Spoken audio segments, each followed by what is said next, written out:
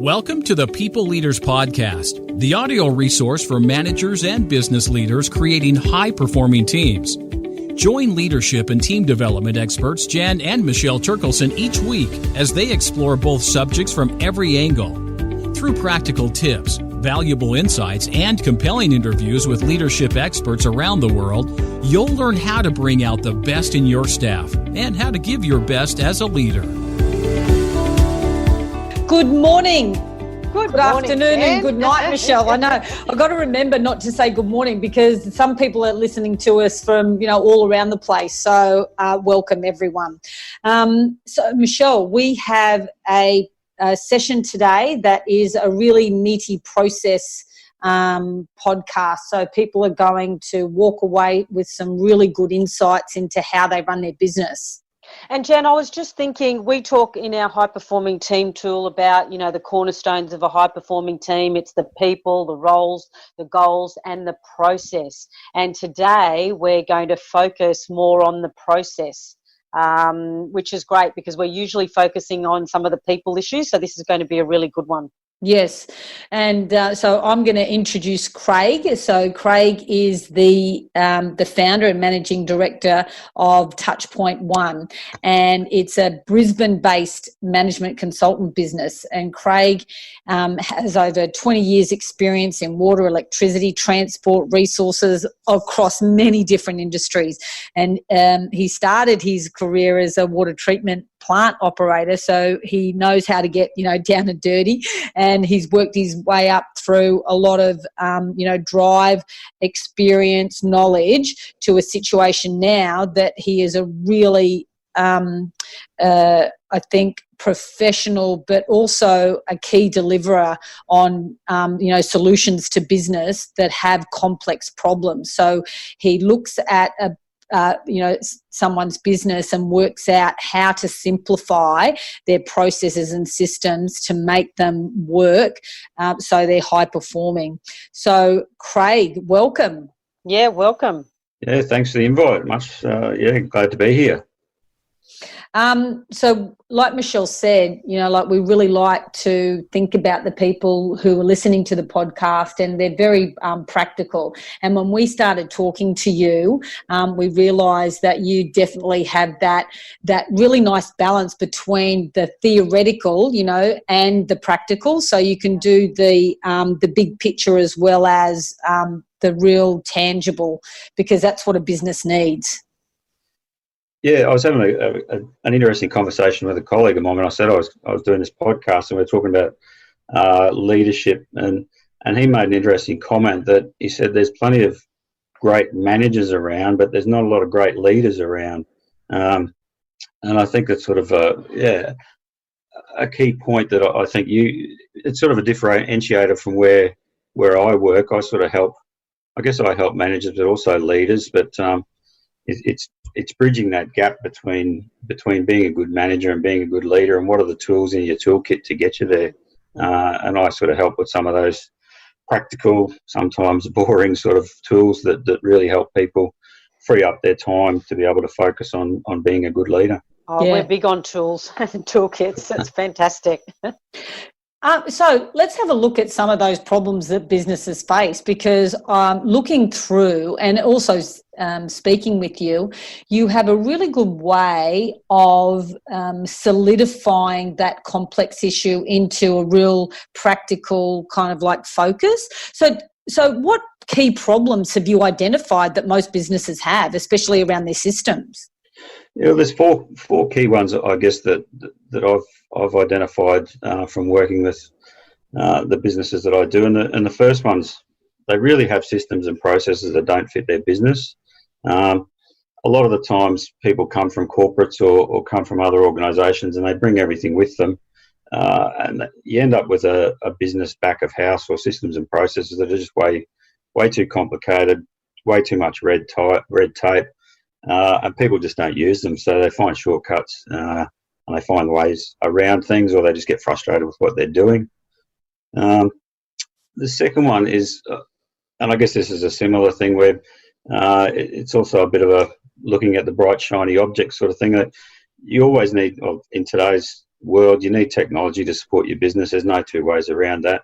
But buying the right technology and having the right technology to support your business is critical. I see a lot of businesses go out there and buy expensive technology, and it's not the right fit, and they end up changing their business to meet the technology. And then people get frustrated because it's that interface of people using the technology. It needs to be seamless and fit in with what they're doing. And if you get that wrong, it just creates frustration and duplication and bottlenecks. I guess the third one is, business owners know they have a problem, but they can't really put their finger on what it is. Often they're too close to the business. They need a third person to actually say, hey, this is actually what the problem is, or they just need some time to actually take a step back and have a look at it. And probably the last one, and it's getting more and more important for businesses now, especially in the workplace health and safety area with industrial manslaughter and those type of things. They just have systems that aren't compliant with legislation. So it's just making sure that you're ticking all those boxes and you're keeping yourself on the right side of the legal argument. And that gets down to the nitty gritty of what you're doing. But so I guess that's at a high level, that's the four problems. And I think that's great. So if anyone's listening, just to go through those four things and just rate themselves, like, do I have the systems that fit my business? Do I have the technology that allows me to, be effective in my business? And can I bring in a different perspective, like a coach, a consultant, or someone else who can give me that perspective? And then managing risks. They're really big issues for businesses. So I think you're spot on. Yeah, and I guess just jumping in on that third one there, like sometimes people don't have to bring third people in. Often there's little gems hiding in their team that just have got a lot of information and knowledge, but they just haven't been given the opportunity to step up and share that. So. So true, Craig. We talk about that all the time. The people close to the problem are usually going to be the ones to help you solve the problem. The people working on it day to day. They were great, actually. So, Craig, you're a bit of a process wizard. What could others who are either running their business or leading their own team learn from what you do so well? Yeah, well, I guess it almost goes back a little bit to that. Sometimes to step back a little bit, and they're too close to the problem or too close to the issue to actually see the problem, and that frustrates the team sometimes. Where you see the team actually knows what needs to change, but the decision maker is oblivious to the problem. So that's a big one. But I mean, that's actually being able to take that time, step back, have a third party, have a look around. I guess another bit there is actually valuing the time to develop systems and processes. A lot of businesses don't sort of see it as an investment. It's more of a distraction or unproductive time. You do it on a rainy day or you do it whenever, but it's a little bit of a false economy to actually keep doing what you keep doing and expecting something different. That's right, because what they keep doing is just putting tape over these little problems, and then all of a sudden, a year or two down the track, and they have to completely reinvent the system or buy in a new system. And so it really is worth the time and energy doing it as you go. Oh, definitely. And even once your business gets a little bit bigger, you actually see business owners, leaders, managers that get disconnected from what's actually happening on the ground. Yep. And when you actually go through this process to map out how their business works, they actually get a better understanding of their business. They get a better understanding of what's working, what's not, where the bottlenecks are, where the duplication is. And ultimately, when you go through and you map out your business and you build your systems and processes, that's what lets you scale and leverage and take yourself out of the business, because you can truly delegate. You can actually measure what people are doing, train new staff, and you can get repeatable outcomes. So, people are actually doing, if they're following a process, you should get a similar outcome most of the time, if you like. So, I mean, having a business in someone's head is, if you go to sell it, it's pretty dangerous. Well, you can't. You can't really sell a business. I mean, it's the systems and processes that really make a business an asset, and that's what we've learned in our business as well. And like looking at it from two different perspectives, that even if you don't have your own business but you're managing a team, you want consistent way of measuring and looking at your metrics to see when you're on and off track. And if you have your own business, it's beholden on you to have something that is of value. So why wouldn't you do that? So that leads me to my next question around, how do we know whether or not we have those processes? And I believe that you have a process health test. So what is that? Yeah, so I developed this, late last year. So it's an online test. It's 40-odd questions, goes through about your business, about your systems, processes, where you're going, all that sort of stuff, number of people, number of FTEs. But it really provides it gives an assessment, and based on the analysis that I've done so far, you get a score as to how you rate in 5 different areas. So you get a score on your systems and processes, on your technology, information and data, on your team, and on your strategy. So you get a score for each of those areas, and then based on your score and based on the size of your business and based on the sector you're in, you get a report. It's a pretty detailed report, and for each of those areas, it'll come across some hints and tips on how to improve your score, or how, if you're scoring well, how to optimise and stay on track in each of those areas. So yeah, it's just a really good test and scorecard, and it gives businesses a really valuable outcome, I suppose, as to some from my history of working with other businesses. This is what's worked and this is what hasn't, and yeah. Well, I can imagine doing that as a team. Can you imagine going through those questions and answering those as a team? That would be fantastic. And then you get the report at the end that gives you a bit of a roadmap as to what to do about it. And the other thing is that it builds consensus about and it actually could highlight some areas that you think that a certain area works well and people in your team don't. So that would be interesting too. Yeah, that's right. I mean, you get everyone in your team to do it's a free scorecard, so you just jump online and on my website and do it. Yeah, at any time you want. And we'll link up the link in the show notes so people can actually go to that as well. So Craig, I've got a question. So just reading some of your material, you've got 5 steps to transform a current management system. Could you just take us through those briefly, what they are? And so I've developed this process through a trial and error over many years, and I've called it the delivery method. So it's a 5-step, everything starting with D, to get all the Ds in. So the first, it's sort of discover, diagnose, design, develop, and deploy.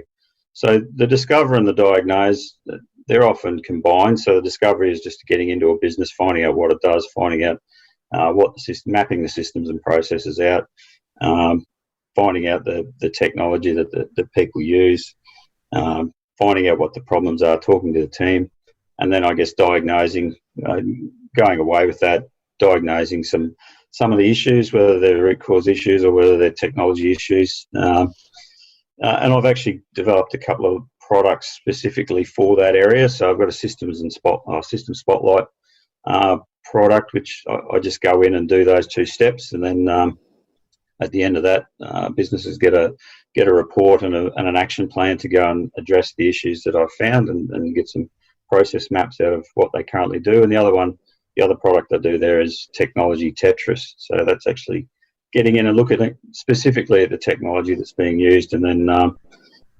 doing some market analysis to find the best technology to fit the business.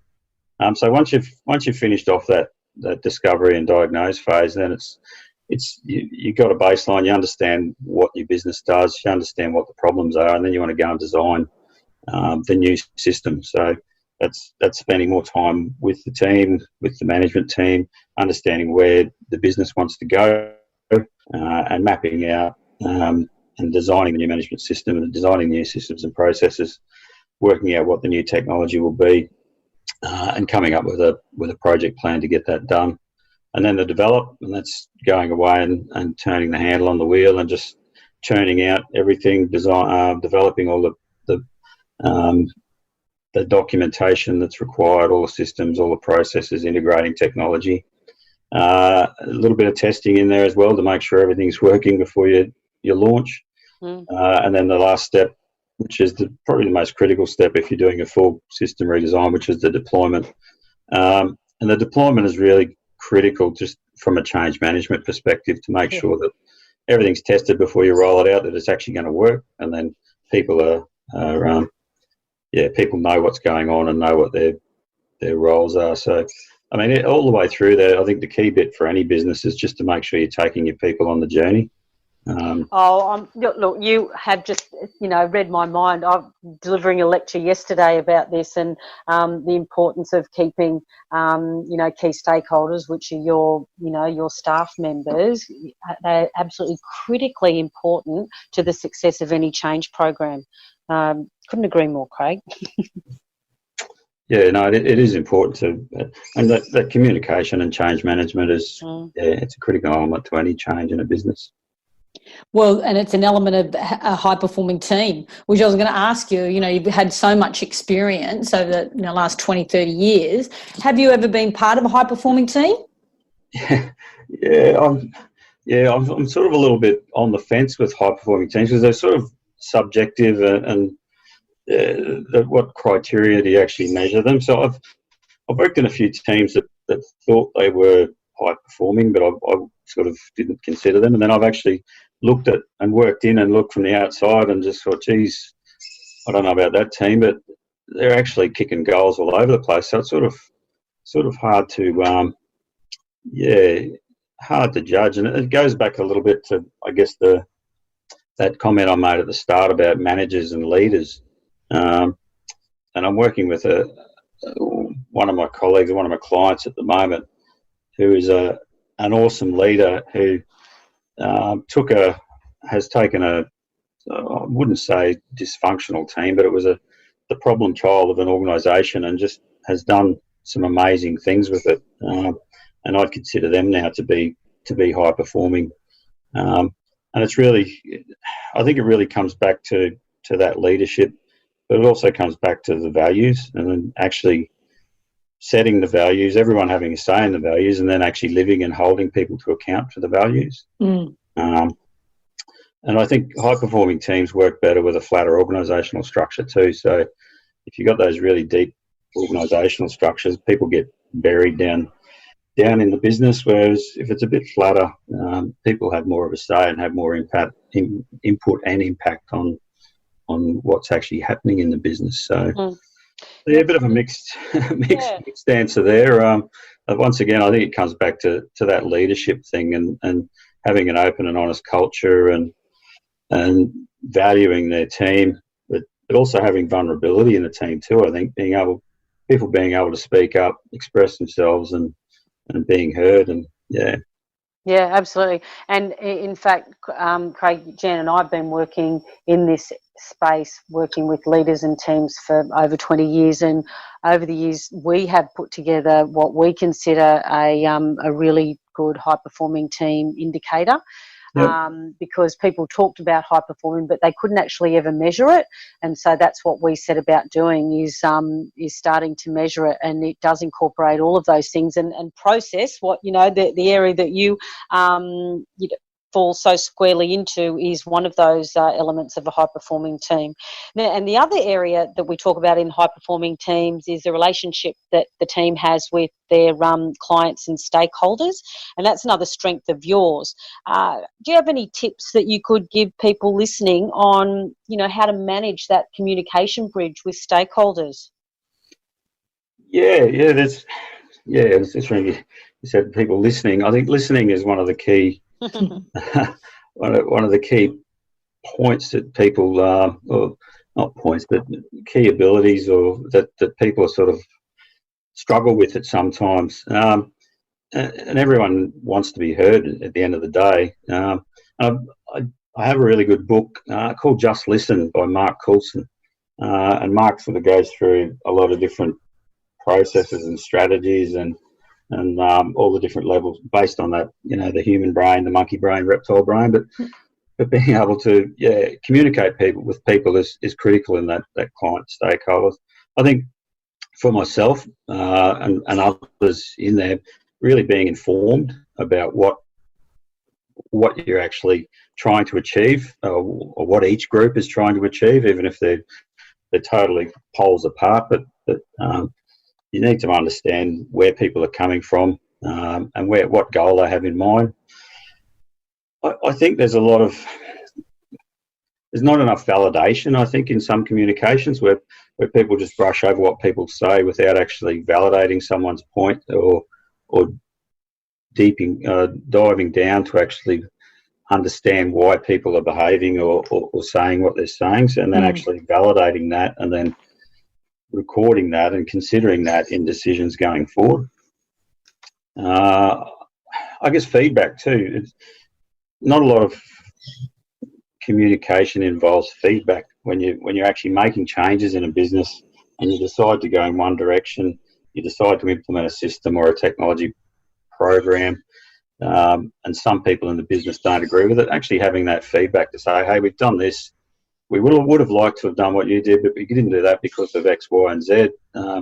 People just go, all right, fair enough. Like, they might still not like it, but yeah, I think most importantly, this managing expectations is a key one. Actually, setting those expectations up front so that people know what the outcomes are between any stakeholder communication.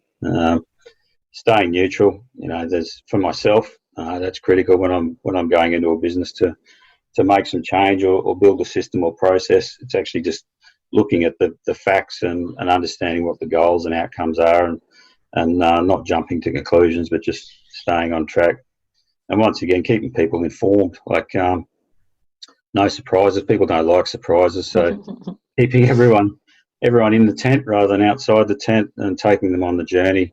And yeah, if everyone's on the same page between different groups, and that's, I guess, where the name of my business came from. Touchpoint One that's sort of where I've found myself in one way or another, is in the touch points between businesses, between different groups in businesses, between businesses and legislators and regulators. And so, yeah, it's sort of where I play, and it's where I'm good at. Yeah, you've got some really good points there, Craig. Jan and I talk about, two of the fundamental skills that good leaders have, and that is listening and questioning.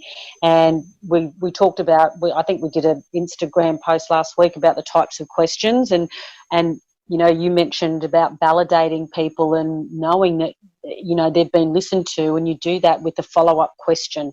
That's one of the ways to do that. And just briefly, I'm sure people are thinking, who is that person that he mentioned? What was the book? And it's called Just Listen, and it's by Mark Goulston, Goulston. We'll have the link. Yeah, we'll have the links in the show notes as well for all of that. Yeah, right.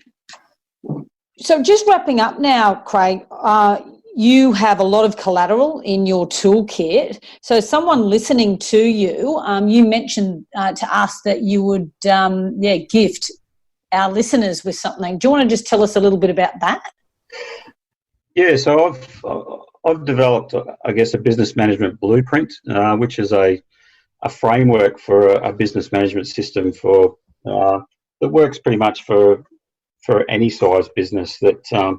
So I've built these for sole traders right through to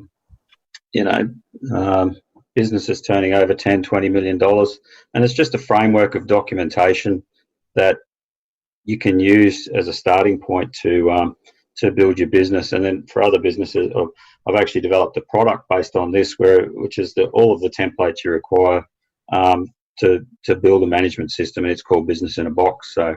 But yeah, it's basically a business management blueprint, which gives you a framework from your business strategy through to your business management manual, so how you're managing your HR, all that sort of stuff, your service delivery or product delivery, how you actually do those, how do you map that out from getting a lead to closing a sale and delivering a product or a service, all your project procedures, work instructions, your forms and templates, the systems and technology you need to support your systems, your HSEQ on the side, and then your management reviews, so how you actually go and test that everything's still working on a 6 monthly, annual, whenever basis, or whenever something goes wrong or you identify a problem. So I've got this blueprint that I'm happy to share with people, and use it as a template to map out your management system. And that's what I love about it, is it actually saves you time because you've already done the thinking. They just have to answer those questions. What is the what and the why of our business strategy, and if they can answer that, that's step one, and then they can go through that whole blueprint process. So that is fantastic. Thank you for that. Yeah, that's and we'll link that up. Yeah. Last question. How can people find you, Craig? So my website's actually just being rebuilt. It should be being launched today or tomorrow, my new website. So I have a website, www.touchpointone.com.au. Also have a Facebook page. But I primarily work through my website. And there's also you can book meetings on there for me. I've got a meeting booking app set up there. All contact details are on the website. Fantastic. I'm sure you'll get lots of interest. You've got a great product, very good product. So thank you very much, Craig. Jan, biggest takeaway? I think for me, it's that if you want to have a robust business, you need robust systems.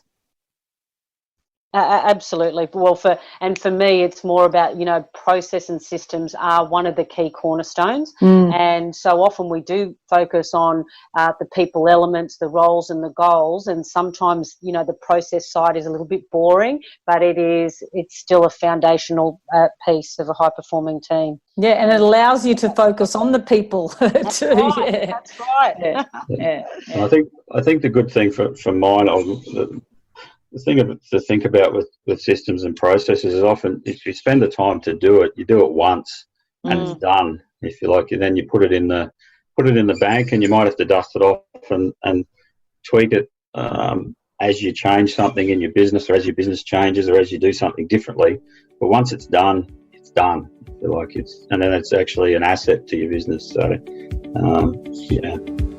One of my favourite words, done. That's wonderful. Thank you, Craig. Yes, thank you, Craig. With all your knowledge and giveaways. Yeah, thank you for the opportunity. Okay. Yeah, talk soon. Thank you. Bye. Okay, bye. We hope you enjoyed today's episode of the People Leaders Podcast. For show notes and other resources, please visit us at peopleleaderspodcast.com. While you're there, you can subscribe for future episodes so you can continue your own leadership journey.